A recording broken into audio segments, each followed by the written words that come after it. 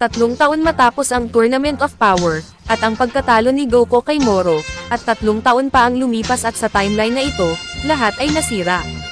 Ang lahat ng universe ay nawasak at ang multiverse ay naging isang patay na planeta na may kaunting buhay na lamang.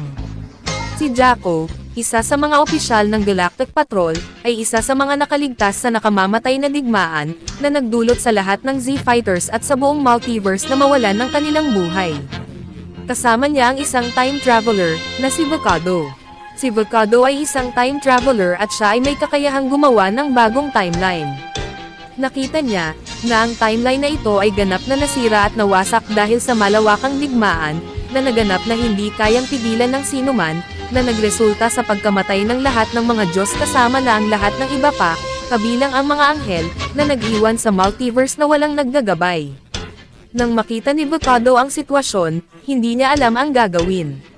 Tumingin siya kay Jaco at sinabi na hindi ito maganda, na bigo tayong protektahan ang ating planeta at nasira ang ating universe. Bakit hindi mo gamitin ang iyong kapangyarihan para maligtas tayo, at si Goku lamang ang makakapigil sa kanila? Gagawin kaya ni Goku, sa tingin mo ba maliligtas niya tayo? Siyempre gagawin niya, maliligtas niya tayo.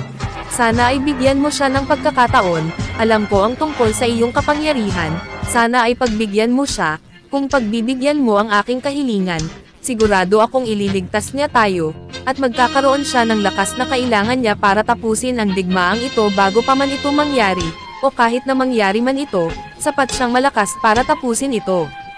Sinusugal mo ang iyong kapalaran sa Goku na ito, magtiwala ka lang sa akin Volcado, kung mayroon mang makakapigil sa digmaang ito, siya lang iyon. Makinig ka, ang gagawin ko, ibabalik ko siya sa panahon kung saan siya ipinanganak, at dala ang lahat ng kanyang mga alaala at kapangyarihan, upang siya ay mas lumakas pa, at kapag dumating ang digmaan, na magsisimula ng 40 years mula ngayon, sana ay kayanin niya, dahil ang lahat ng kapangyarihan na makukuha niya, ay isasama sa kapangyarihan na mayroon siya ngayon, dahil doon siya ay magiging mas malakas pa sa ating lahat, at sana gawin niya ang iniisip mo, Jaco, na ililigtas niya tayo. Kung gayon, ano pa ang hinihintay natin? Gawin na natin ito. Si Volcado ay agad na pinakinang ang kanyang tungkod bilang time traveler, lumikha siya ng isang bagong oras sa panahon kung saan si Goku, ay muling ipinanganak na may lahat ng kanyang mga alaala at kapangyarihan. Sa taong 737, isinilang si Goku sa planet Vegeta na may kapangyarihang higit sa 30,000. Sa pagsukat ng kanyang kapangyarihan, nasisira ang metro dahil hindi ito masukat, at hindi makapaniwala ang mga tao doon, na posible ito, lalo na sa isang sanggol, na magkaroon ng ganitong lakas, dahil ang pinakamataas na antas ng kapangyarihan sa kanilang planeta, ay kay King Vegeta at sa kanyang anak na si Prince Vegeta. Kaya naman, inaakala nilang sira ang makina. Hindi alam ni Bardock kung matutuwa ba siya, dahil bagamat nagulat siya sa antas ng kapangyarihan ng kanyang anak, alam niyang hindi ito posible. Kaya't nagpa siya na si Bardock na ipagpatuloy na ang kanyang misyon na inutos ni Frieza. Nang umalis si Bardock sa planet Vegeta, dumating si Volcado sa timeline na iyon habang si Goku ay nasa loob ng kanyang incubator. Dito, ginamit ni Volcado ang kanyang tungkod upang ibalik ang lahat ng alaala ni Goku. Naalala ni Goku ang lahat ng nangyari sa kanyang timeline, ang pag-asawa niya kay Chi-Chi, at ang pagkakaroon ng mga anak na sina Gohan at Goten, ang pagkakaibigan nila ni Vegeta, Piccolo, at ang kanyang pagkakaalala na siya ay ipinanganak at lumaki sa planetang Earth.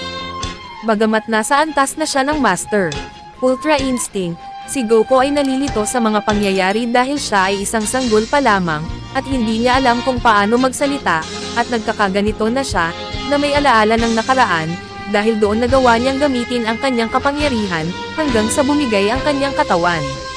Isang araw, lumabas si Goku mula sa kanyang incubator at sinubukang alalahanin kung ano ang lugar na ito, ngunit wala siyang ideya dahil hindi niya nakita ang kanyang tunay na tahanan dati, pero naisip niya na baka ito ang kinukwento ni Vegeta, ang planet Vegeta.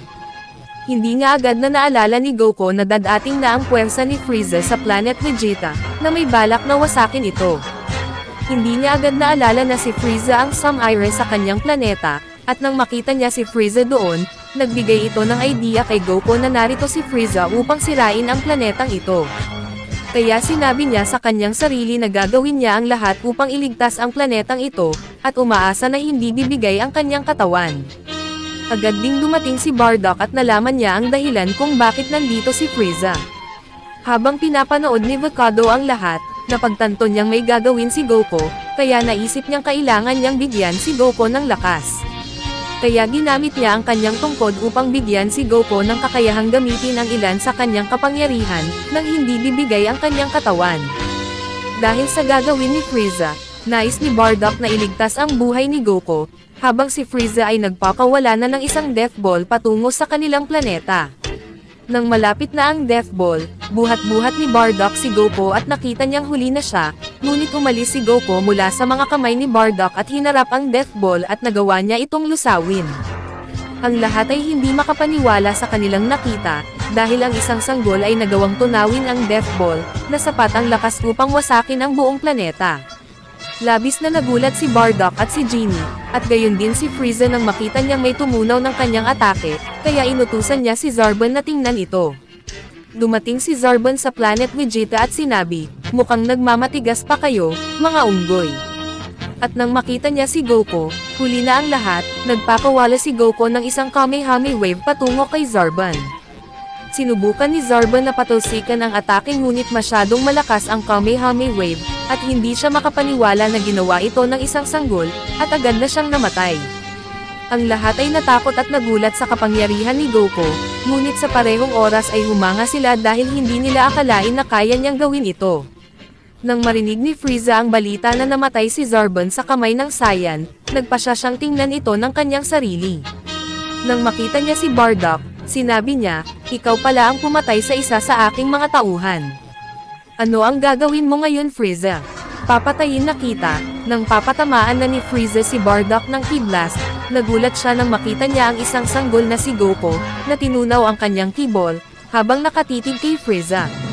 Labis na nagulat si Frieza kung paano nagawa ito ng isang sanggol, ngunit sa kabila nito, siya ay isang mamamatay tao kaya't dali-dali siyang lumapit kay Goku, na sinusubukang patayin siya, ngunit nagpakawala si Goku ng kanyang Ki Blast, at tinamaan niya si Frieza sa mukha na nagpadala sa kanya sa himpapawid, at mula doon ay nagpakawala si Goku ng isa pang Kamehameha Wave patungo kay Frieza. Tumama ito kay Frieza at dinala siya nito palabas ng kalawakan. Sobrang sugatan si Frieza mula sa pagsabog, ngunit nagawa ng kanyang mga tauhan na iligtas siya at ibalik siya sa kanilang spaceship. Hindi siya makapaniwala na ang isang Saiyan, lalo na ang isang sanggol, ay nagawa ito sa kanya at sinabi, "Ang sanggol na ito ay hindi mortal, iba siya. Maaari ba na siya ang anak ni Bills? Ngunit hindi yon pwede. Ngayon, dapat akong maghanda para sa kanya. Paano niya nagawa ito sa akin? Ano ang dapat nating gawin ngayon, aking Panginoon?" Tumahimik ka, Doria. Sa tingin ko ay mag-e-ensayo ako ng mas matagal, at sisiguraduhin kong mapapatay ko ang mga Saiyan na iyon, ngunit sa ngayon ay umatras muna tayo at alamin kung sino ang batang iyon. Agad nga na iniutos ni Frieza na umalis sa planeta, habang nagsimula silang mag-ensayo habang nagtataka kung paano nagawa ito sa kanya. Bumalik sa planet Vegeta, lahat ay nagulat nang makita nilang pinalo ni Goku si Frieza sa paraang iyon. Dahil sa kanya, hindi nawasak ang planet Vegeta at nagpakita sila ng mas malaking respeto kay Goku. Ngunit alam ni Goku na hindi ito ang kanyang tadhana, at kailangan niyang pumunta sa planet Earth dahil iyon ang kanyang tunay na tahanan, at kailangan niyang muling ayusin ang lahat upang maging ligtas sila sa hinaharap. Ngunit, nalito siya kung bakit siya na-reincarnate bilang isang sanggol. Dahil dito, gumapang si Goku patungo sa isang space pod at nagtakda ng lugar papuntang planet Earth. Ngunit bago siya makaalis, dumating si Volcado at kinuha si Goku papunta sa kalawakan. Nakita ni Bardock na kinidnap si Goku at labis siyang nag-alala. Nagsimula siyang maghanap kay Goku at inihanda ang kanyang space pod upang hanapin siya sa kalawakan, ngunit walang bakas ni Goku. Matapos ang ilang pananaliksik, napagtanto nilang nagtakda ng lugar, ang space pod ni Goku papuntang planet Earth, na ilang light years ang layo mula sa kanila.